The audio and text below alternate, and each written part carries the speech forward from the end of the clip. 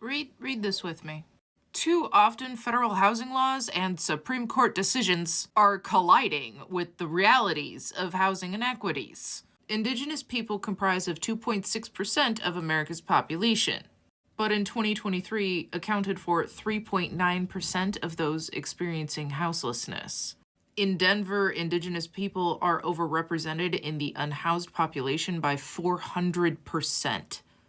To contextualize these statistics, the 1956 Indian Relocation Act sought to further assimilate Indigenous people by encouraging them to relocate to cities. The government promised to help them with housing and employment, but instead, they were often left to find jobs, housing, and transport on their own, while facing discrimination from employers and landlords.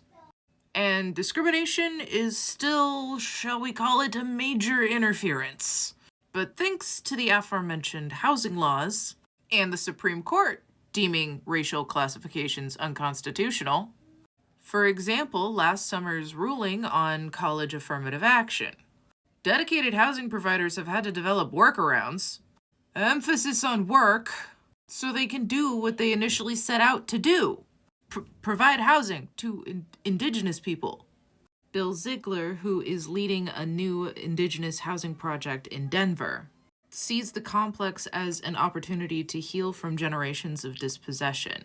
There is more to this than I have time to unpack, so for folks who are ready to read more, screenshot this and go read the whole article.